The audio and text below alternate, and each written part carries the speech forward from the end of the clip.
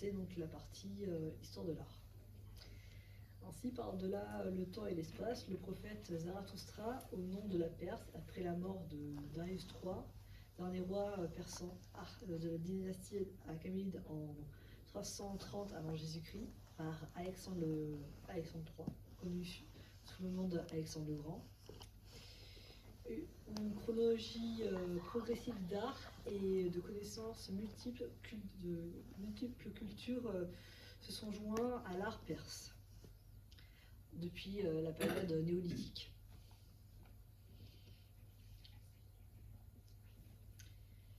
Dans son intégralité, jusqu'à la chute de l'Empire et de la culture sous...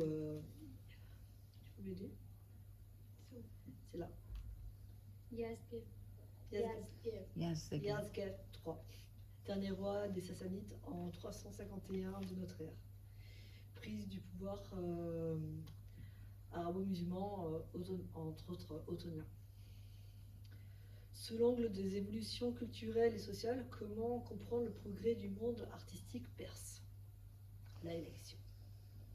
Le problème de l'art perse, avec l'histoire et l'évolution de la période proto-historique jusqu'à notre ère, et la compréhension de l'influence du zoroastrisme dans l'art et dans la naissance de l'Empire perse jusqu'à sa chute. L'histoire avant la naissance de Zarathustra sera présentée. Depuis l'art proto-historique jusqu'au siècle des Lumières, avec le parallèle du zoroastrisme durant le XIXe siècle et l'entrée de la présentation de l'art persan à aujourd'hui. Elle se suivra de l'évolution des techniques artistiques pour en finir avec l'origine et le symbolisme dans les différents arts persans. Ainsi, dans la chronologie de l'Empire perse, restreint à l'Iran aujourd'hui, or le célèbre prophète Zarathustra, premier tueur de Dieu, parce qu'avant apparemment c'était des religions polythéistes et non monothéistes, et il s'avère que Zarathustra est très connu comme le premier prophète d'une religion monothéiste, contrairement à ce qu'on croit dans l'histoire chrétienne.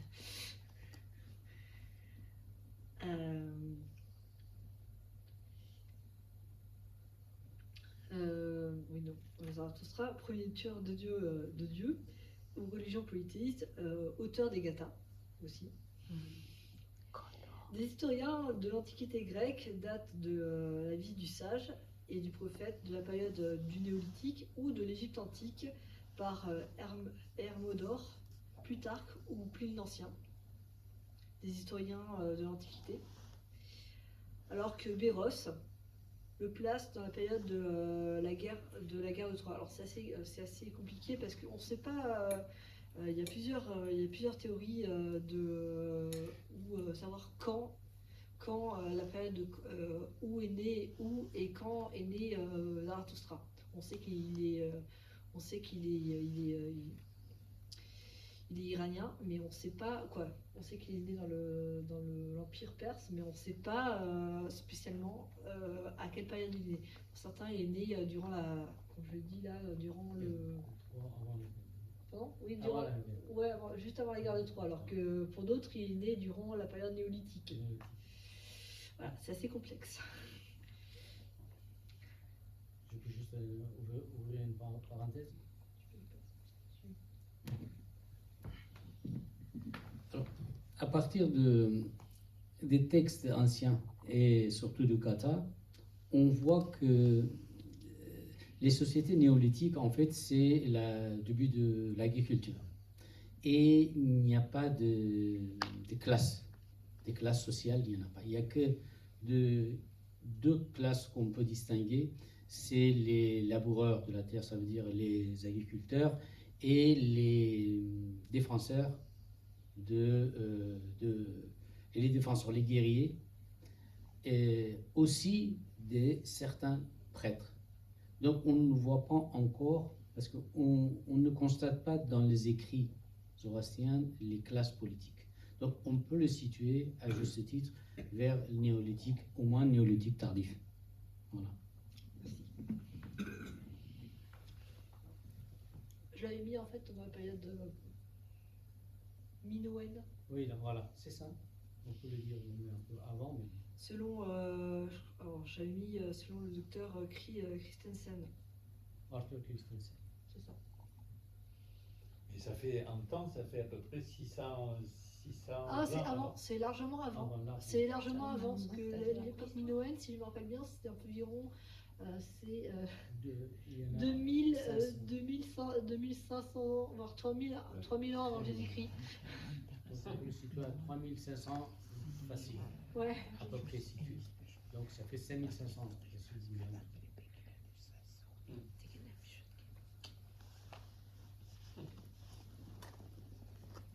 Et il le situe, parce que là, il le situe en Afghanistan.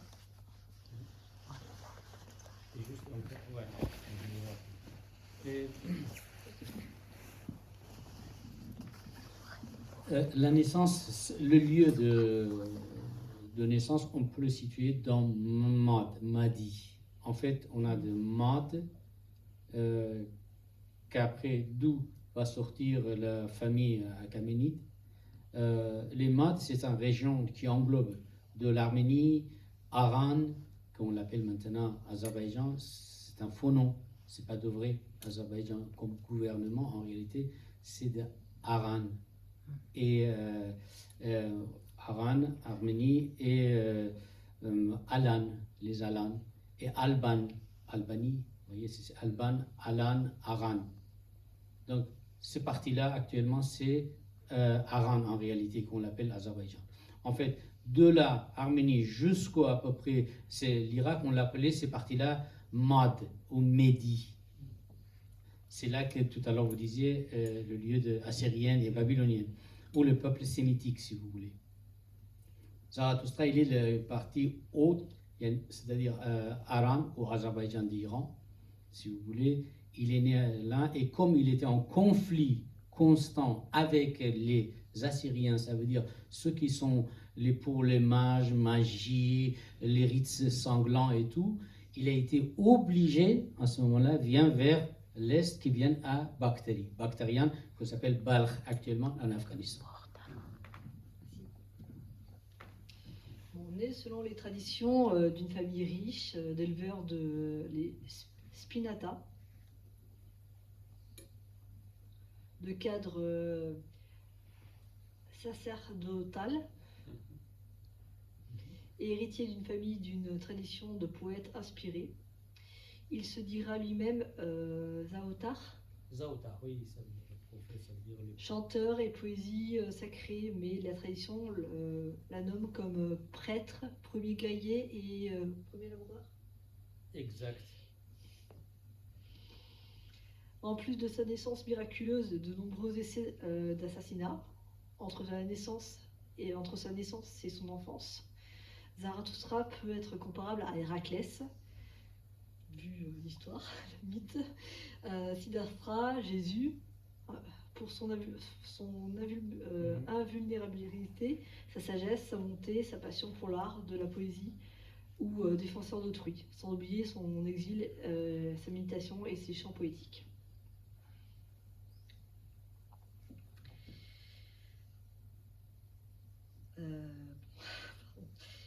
Poétique.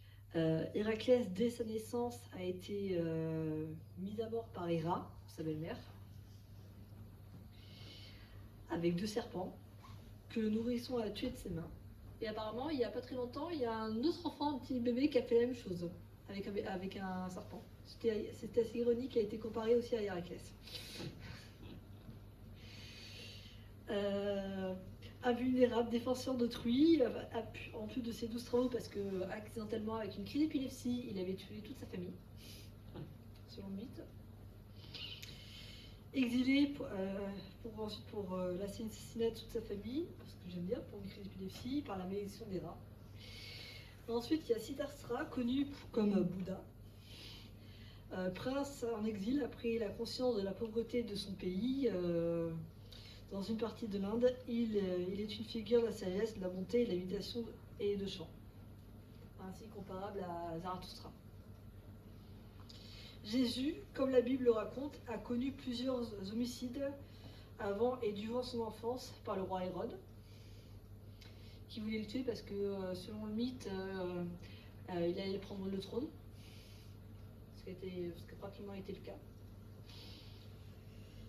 Il est une figure de sagesse, de bonté, de méditation, de chant, de poésie, défenseur d'autrui, mais il n'est pas aussi invulnérable, contrairement à Zarathustra. Bon, il est comparable à Dieu d'une certaine manière, mais bon, on dit que c'est le fils de Dieu, mais il n'est pas aussi invulnérable que Zarathustra ou Hercule. Si on fait une comparaison physique et littéraire. De plus, ce prophète, avec ses atouts incomparables, s'avère être le tueur des religions polythéistes, avant la naissance du christianisme ou du judaïsme.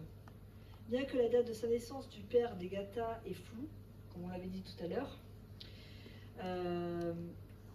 entre la fin du néolithique et le début de la période classique, car les premières œuvres commencent avant la fin du néolithique et se finissent durant la dynastie des Sassanides, pour reprendre vie dans la culture européenne durant le XVIIIe siècle, le siècle des Lumières, jusqu'à aujourd'hui, expliquant la ressemblance artistique entre les pays de l'Empire perse et ses pays voisins comme la Chine, la Grèce antique, l'Empire byzantin, l'Inde, le Japon, l'ancienne Russie, c'est-à-dire le Serbie, l'Égypte, l'Irak, il y en a plein d'autres, le Pakistan, l'Inde,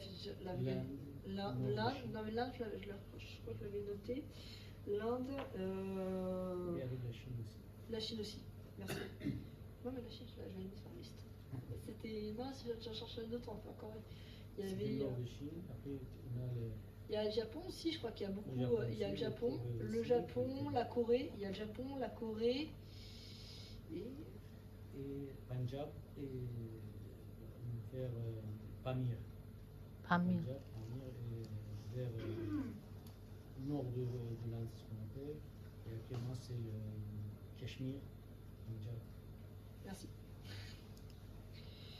Oui, dans le domaine de l'art. À l'origine, il n'y avait rien. Vraiment, il n'y avait rien du tout. Il n'y avait aucun art dans le domaine sur Terre. Puis vers 10 000 avant Jésus-Christ, les plus anciennes traces architecturales dans cette zone géographique. Cette tendance du golfe arabo-persique du sud à la Caspienne du nord et du Tigre et de l'Euphrate à l'ouest de. Alors, là, je vais juste pour. Ouais, vas-y. Il est nécessaire que. Alors, ce qu'il a été écrit là-bas, il mentionne, maintenant mentionne golfe arabo-persique. Ça n'a jamais existé. Et c'est une invention à partir des années 80, à partir du moment où François Mitterrand qui est arrivé au pouvoir. C'est François Mitterrand et ses conseillers qui ont commencé utiliser ce mot info, inventé sur ce mot-là. Or, golfe persique, on a dans les écrits anciens, surtout les Grecs, ça s'appelle, on l'appelle Sinus persicus. Ça veut dire golfe persique en grec ancien. Et en aucun, vous verrez sur les cartes géographiques, vous verrez jamais golfe arabo-persique. Autant plus que le mot arabe, c'est récent aussi. Quand on parle de période perse, civilisation zoroastrienne, quelque chose, ce mot-là n'existait pas. C'est très très récent, période vraiment contemporaine, ça. Qu'on a fait où ils ont fait utiliser ces mots pour des fins politiques. Donc, il est préférable de ne pas d'utiliser le mot qu'on utilisait avant de golfe persique, sinus persicus.